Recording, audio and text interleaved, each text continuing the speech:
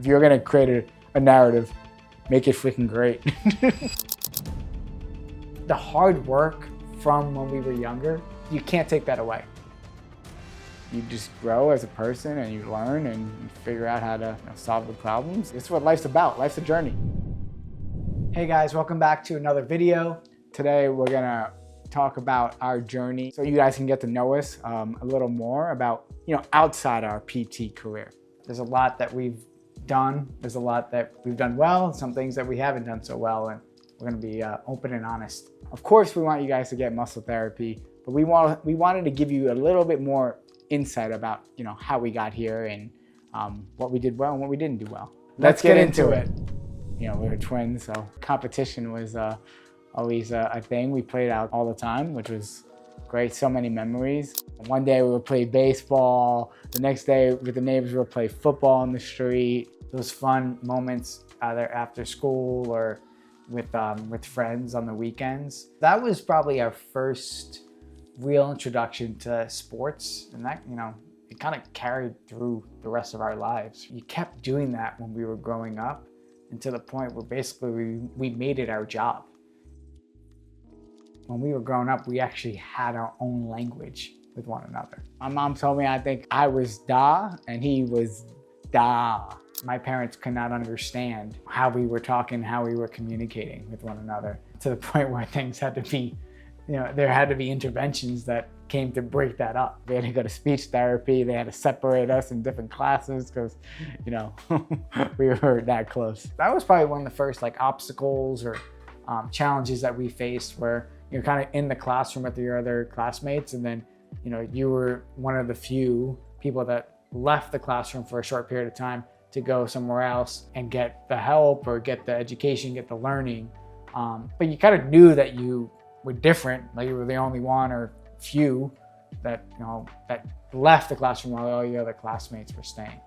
When I would get pulled out of class, I guess the thing I felt was like, oh, okay, I'm different. You kind of have that feeling like I am different. Oh, okay, why isn't everyone else getting, pulled out of class? It definitely started to form limitations that you don't fully realize until you get older, until you're like, oh, why do I do that? Oh, this is partly why, And thank God we got that help, because it allowed us to communicate and, have good speech with other people. I think we were fortunate to have those resources, because not everyone gets that help, but clearly people around us were able to pick up on it. Clearly my parents were like, we can't, we don't know what they're saying. As a kid, you can't put the language on it, so it can make you can create this story, this narrative that can affect your life throughout until you discover why, right? It didn't really bother in the beginning, but then as you started getting more comprehension, maybe subconsciously, you didn't raise your hand in class, or I didn't raise my hand in class because I didn't know how, I probably don't have the answer right, or it puts a doubt in your mind, maybe I don't have it. I never wanted to do anything wrong, so what that leads to perfectionism, and you can't, no one's perfect. But on the flip side, I think that actually gave me my work ethic in the studying outside, because you didn't want to get it wrong. But I always had the answer in my head. I'm not going to raise my hand to say it. I'm going to see if I'm right. Oh, good, I was right. Or, oh, I'm good, I was wrong. I'm going to make sure I remember that and get that right for the test. And maybe, on a subconscious level, if I did well on the test, maybe I actually didn't have to be pulled out of the class. On the positive side, it gave me my work ethic short term. In that point in time, it definitely limited my the public speaking side of things. The hard work from when we were younger, you can't take that away. That was the main ingredient that's allowed us to get to this point in terms of our confidence. I wouldn't change that. We talk about that constraint, not wanting to do anything wrong, but obviously, made us work harder and made us study the body and get really good with our hands and develop us for our career. And now I feel confident that anyone that comes on my table, I'm gonna get them better. If we can start to flip that and say you're in control of your story. Now, maybe all the hardships that you had kind of went through, maybe that stalled or get you to this place that you wanted. We create these stories and, I'm stupid. People think that I'm dumb. And like most of the time, they're probably not even saying that. Probably gonna tell you like, no, what are you talking about? If you're going through something that hurts, just know that you're probably gonna learn a lesson from it. Take that lesson and apply it to life and then keep going. Don't create a worse reality.